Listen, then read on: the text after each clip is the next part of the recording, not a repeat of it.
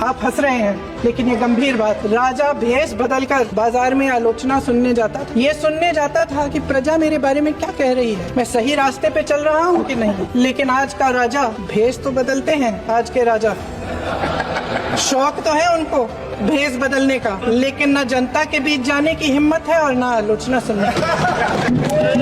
इस चुनाव में हारते हारते जीतने से इन्हें एहसास हुआ ये संविधान बदलने की बात इस देश में नहीं चलेगी। इस चुनाव में इनको पता चल गया कि इस देश की जनता ही इस संविधान को सुरक्षित रखेगी। देश देख रहा है कि एक व्यक्ति को बचाने के लिए 142 करोड़ देश की जनता को नकारा जा रहा है, जिसका नाम लेने से कभी कभी आप झिझकते हैं और कभी कभी उनका नाम धड़ाधड़ इस्तेमाल किया जाता है अपने आप को बचाने के लिए। उन्होंने HAL, BHEL, SAIL, GAIL, ONGC, NTPC, railways, IIT, IIM, oil refineries, तमाम PSU बनाए। अध्यक्ष महोदय, उनका नाम पुस्तकों से मिटाया जा सकता है, उनका नाम भाषणों से मिटाया जा सकता है, लेकिन जो उनकी भूमिका रही इस देश की आज़ादी के लिए और इस देश के निर्माण के लिए, वो इस देश से कभी मिटाया नहीं जा सकता। 75 सालों में जनता का भरोसा रहा कि नीतियां बनेंगी तो जनता की भलाई के लिए बनेंगी। जल जंगल जमीन का अधिकार मिला आदिवासी भाई बहनों को। इंदिरा जी ने बैंकों का राष्ट्रीयकरण करवाया, खदानों का राष्ट्रीयकरण कराया। कांग्रेस और यूपीए की सरकारों में शिक्षा का, भोजन का अधिकार मिला। 75 सालों में जनता का भरोसा मिला। पहले संसद चलती थी तो जनता की उम्मीद होती थी कि सरकार महंगाई और बेरोजगारी पर चर्चा करेगी, कोई उपाय निकालेगी, कोई रास्ता निकालेगी। लोग मानते थे कि अगर कोई नई आर्थिक नीति बनेगी तो देश की अर्थव्यवस्था को मजबूत बनाने के लिए बनेगी, तो भारतीय बाजार को मजबूत बनाने के लिए बनेगी, उनके भविष्य को मजबूत बनाने के लिए बनेगी।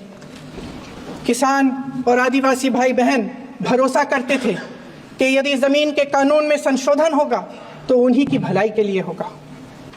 आप नारी शक्ति की बात करते हैं, आज चुनाव की वजह से शायद इतनी बातचीत हो रही है नारी शक्ति के बारे में, क्योंकि हमारे संविधान ने महिलाओं को यह अधिकार दिया, उनकी शक्ति को परिवर्तित किया वोट में।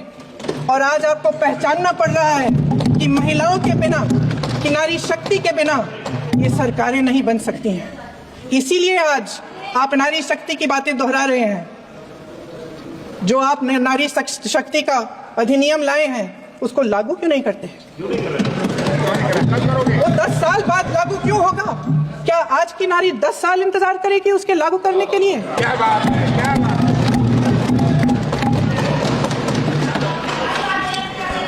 आज संसद में बैठे हुए सत्ता पक्ष के मेरे साथी ज्यादा से ज्यादा अतीत की बातें करते हैं। 1900 किस में क्या हुआ, कब हुआ, नेहरू जी ने क्या किया। अरे वर्तमान की बात करिए, देश को बताइए आप क्या कर रहे हैं, आपकी जिम्मेदारी क्या है? कि सारी जिम्मेदारी जवाहरलाल नेहरू की है। अध्यक्ष महोदय जी, ये सरकार आर्थिक न्याय का सुरक्षा कवच तोड़ रही है। आज संसद में बैठी ये सरकार बेरोजगारी और महंगाई से जूझ रही हमारी जनता को क्या राहत दे रही है? कृषि के कानून भी बड़े बड़े उद्योगपतियों के लिए बन रहे हैं। सही MSP को छोड़िए, DAP तक नहीं मिल रहा है।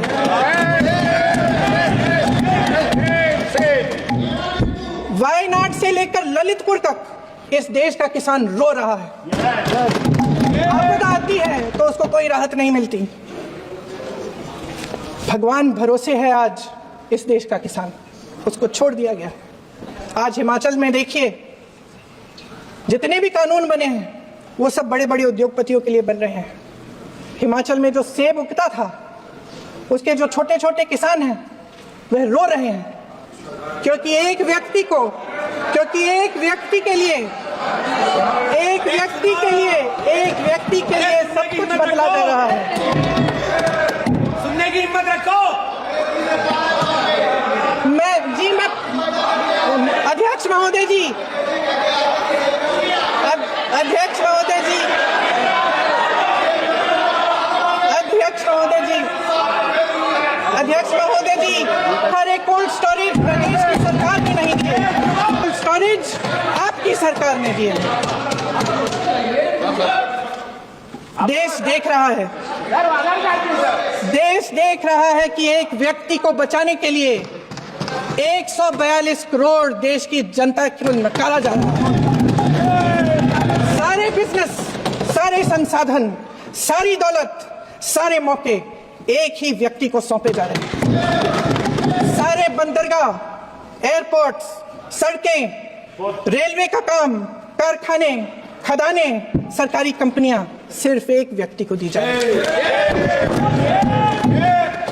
जनता के मन में हमेशा यह विश्वास होता था कि अगर कुछ नहीं है तो संविधान हमारी सुरक्षा करेगा, मगर आज आम लोगों के बीच ये धारणा बनती चली जा रही है कि सरकार सिर्फ मुनाफे के लिए चल रही है।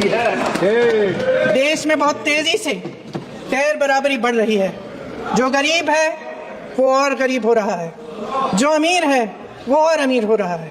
इस सरकार ने आर्थिक न्याय की भी सुरक्षा कवच तोड़ दिया है।